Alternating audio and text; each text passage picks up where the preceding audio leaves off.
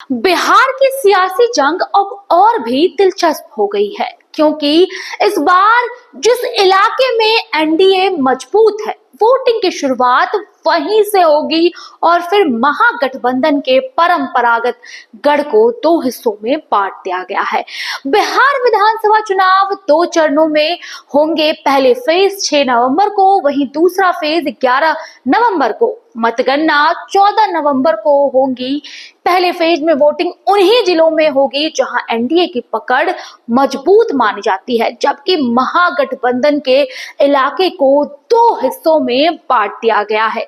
पहले फेज की शुरुआत 121 सीट से करीब 70 सीट तिरहुत और मिथिलांचल की है और इन दोनों इलाकों में एनडीए की स्थिति बेहद मजबूत है।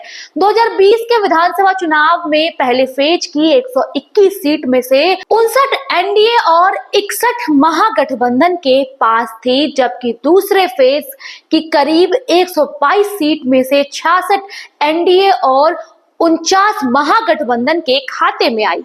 बिहार के नक्शे पर नजर डालें तो सेंट्रल बिहार के जिले में पहले फेज में वोटिंग रखी गई, जबकि नेपाल, झारखंड और बंगाल सटे बॉर्डर जिलों में दूसरे फेज में मतदान होगा और शायद इसीलिए ऐसा किया गया ताकि पैरामिलिट्री फोर्स और इलेक्शन ड्यूटी टीम को मूवमेंट में आसानी रहे। पहले फेज के बाद टीम सीधे दूसरे फेज में पहुंची जा सके।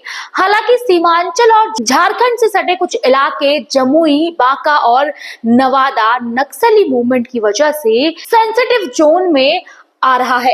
यहाँ सुरक्षा बल को बाहरी तैनात रहना होगा। बिहार में इस बार सिर्फ 2 चरणों में वोटिंग कराई जा रही है।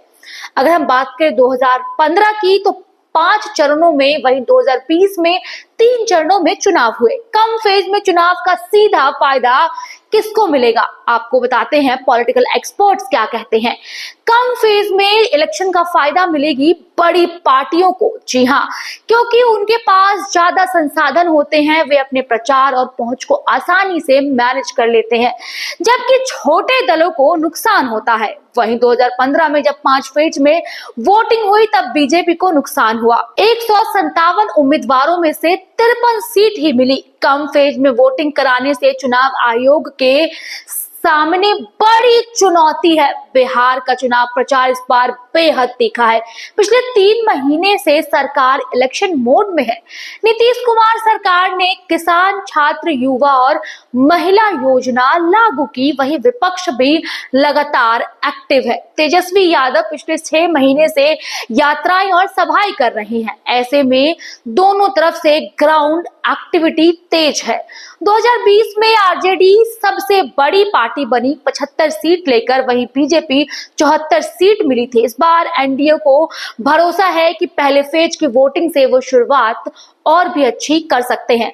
वहीं राजनीति विश्लेषज्ञों का कहना है पहले फेज एनडीए के लिए मोरल बूस्ट साबित हो सकता है, वहीं दूसरे फेज विपक्ष के लिए मौका है। बिहार के पहले चरण की वोटिंग एनडीए के मजबूत इलाकों में है, यानी कि शुरुआत बढ़त का फायदा बीजेपी जेडीयू गठबंधन को मिल सकता है, लेकिन महागठबंधन के गढ़ों में बिखराव का असर दिखेगा। वहीं दूसरे फेज में तय करेगा कि असली विजेता आखिर कौन है। 2 फेजों का ये चुनाव सिर्फ सीटों की लड़ाई नहीं, राजनीति समीकरण और सियासी टाइमिंग की परीक्षा है। 6 और 11 नवंबर को बिहार तय करेगा कि कौन चलाएगा पटना की सत्ता की राह पर।